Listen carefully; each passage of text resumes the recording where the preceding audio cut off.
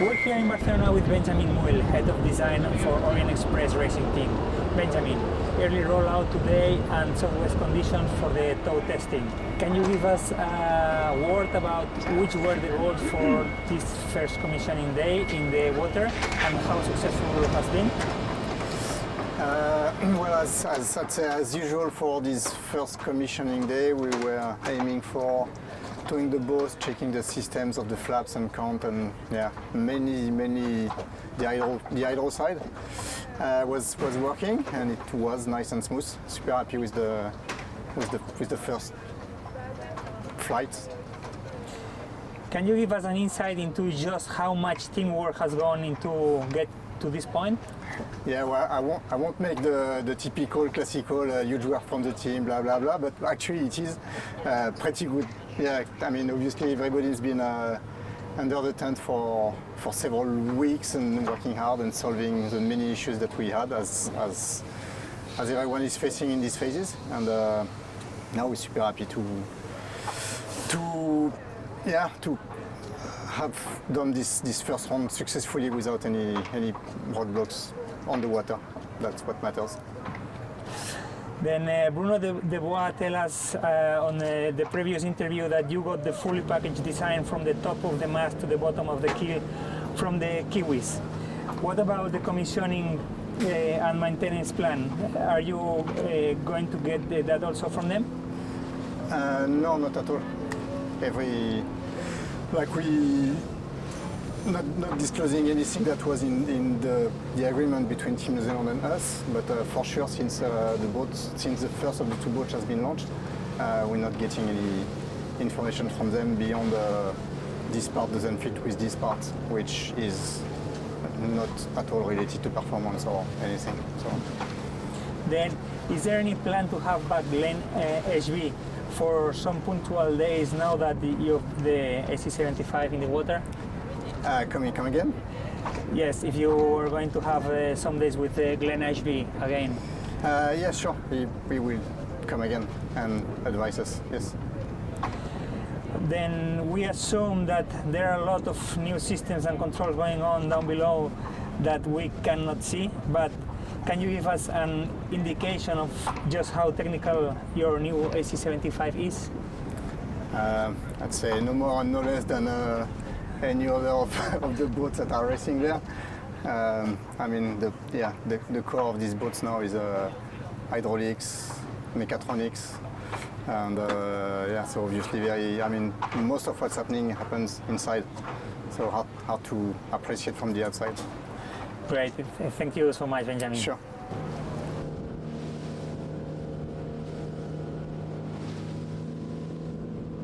We are here with Ben Cornish, cycler on Team Ineos Britannia, challenger of record for the 37th America's Cup.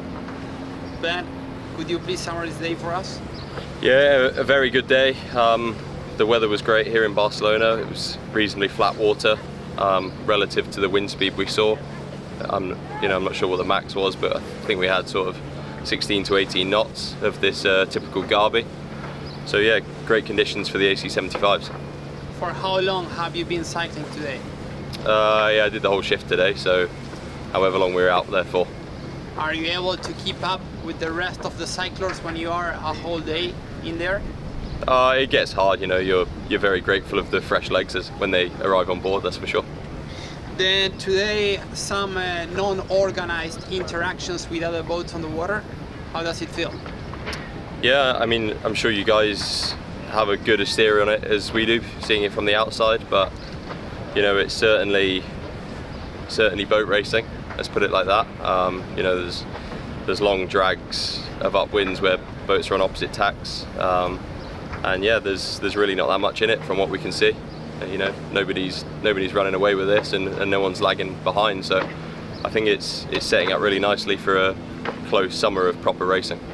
Are you at that point in the program when you are trying to start to train racing? Yeah, of course. Yeah, I mean, it's still we're pushing the development all the way through until the eventual America's Cup, but we need to arrive on day one at full race sharpness, and there's only 80 days left, so there's not that many sailing days in reality. So every day we're out there, even if the testing process is to go through a list of items, the day always has to end with some racing and some proper routine. Then moving into the boat, do you believe you have the winning boat? I mean, yeah, I wouldn't be able to give you a definite answer, but it's, you know, we're all in the ballpark, that's for sure. Then looking into the jibs, there is a very specific solid piece of halyard that you use in between the jib head and the top of the mast where the halyard goes in. What's the main objective of that? Yeah, it's something that we actually started to progress with on T6, our development boat, and yeah, as you picked up on, it's just we use that instead of a soft halyard. We just, yeah, something that we're doing uniquely. Are you looking for a more effectiveness in between the transfer of forces from the back into the forestay? Yeah, sort of. It's I mean, it's more of a guaranteed amount that we know that's up there. There's no stretch in halyards and all of that. And then when talking about the jibs, we were together with you during the winter when you were doing the two-boat testing and testing different heads on the jibs. Finally, it seems like you decided for pin heads on all the jibs. Is that the direction you will continue to go? Yeah, well, like you said, that development process all fed into this boat, so we're quite happy with the direction it's going, and it's certainly not finished yet. As with all the other stuff, you know, it'll keep developing right through until race day 1. Okay, thank you very much.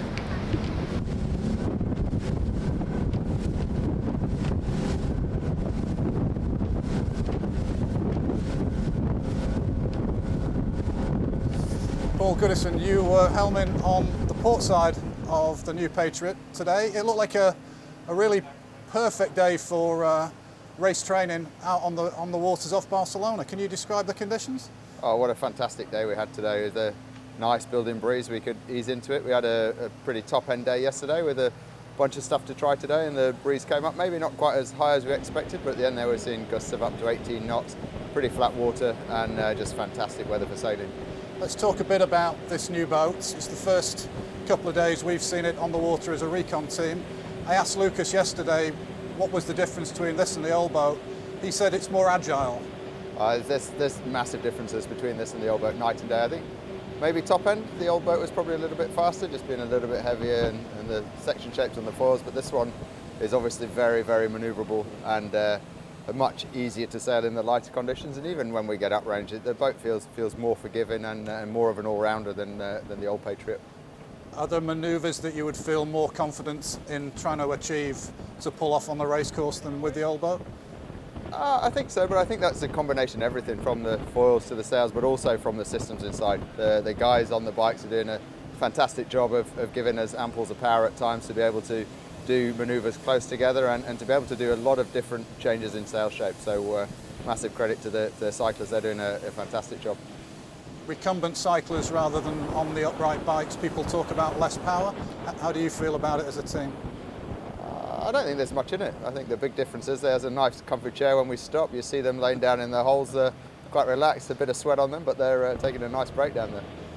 We noticed some calibration lines on the tips of the foils. We didn't think we'd seen that on the other boat. What's the story there? Just a little bit for when we got cameras on, you can see at what stations different things are happening. So a little bit of that, and also it's a bit easier to see how much you've got breached at a time when there's more defined lines on the foils. In fact, 5 boats out on the water today. Orient Express were tow testing, but 4 other boats sailing. We saw you crossing tacks and jibes with the Italians and the British at times today. Do you get any feeling for the relative performances of the boats in those situations? Yeah, for sure you do. Our primary goal today was race training. We did a bunch of pre-starts, a bunch of laps around the course. At times we're exchanging with other boats where you get a bit of a feel from whether you gain or lose when you're on opposite tacks and you tack and come back, and you see whether you're a bit further in front or a bit further behind. So it's awesome to have all the boats out there, and it makes it really fun sailing. It's fantastic to watch. Thanks for sharing all that with us. No worries, thanks.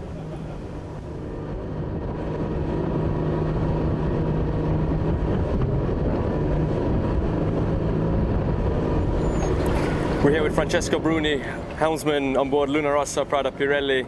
Some fantastic breeze today, lots going on. Can you break it down for us? Yeah, it was a very nice day. Classic sea breeze here. It was fresh at times, but anywhere between 13 and 20 knots. Very nice conditions, not too wavy, choppy but not too much, and a lot of boats in the water, a lot of chase boats in the water, and yeah, a lot of fun. Yeah, so speaking about other boats, another interaction with American Magic, downwind and upwind, jibing and tacking duels. How do you think you're comparing with the Americans? Yeah, we were in the same piece of water, I mean, just on the race course, and we are crossing each other many times.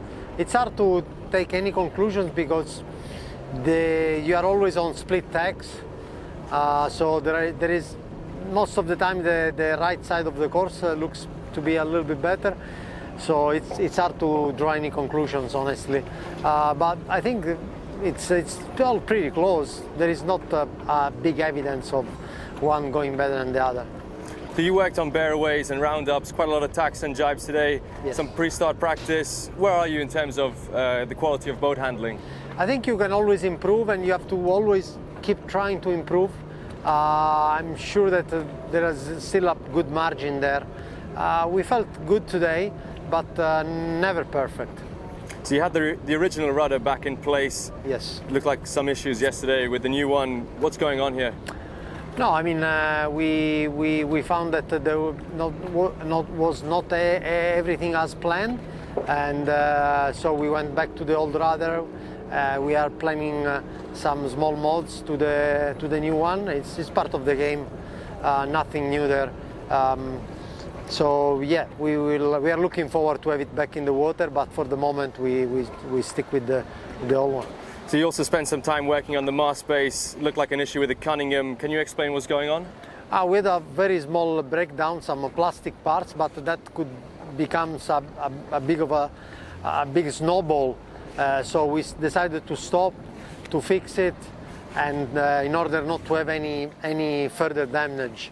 It was a little bit time consuming, but I think it was the right decision so that we could sail safely for the rest of the session.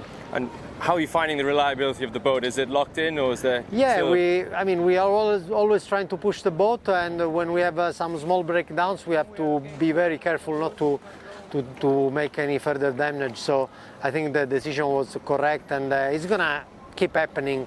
Obviously, the less the better, but I mean, it's a development, so we have to deal with it.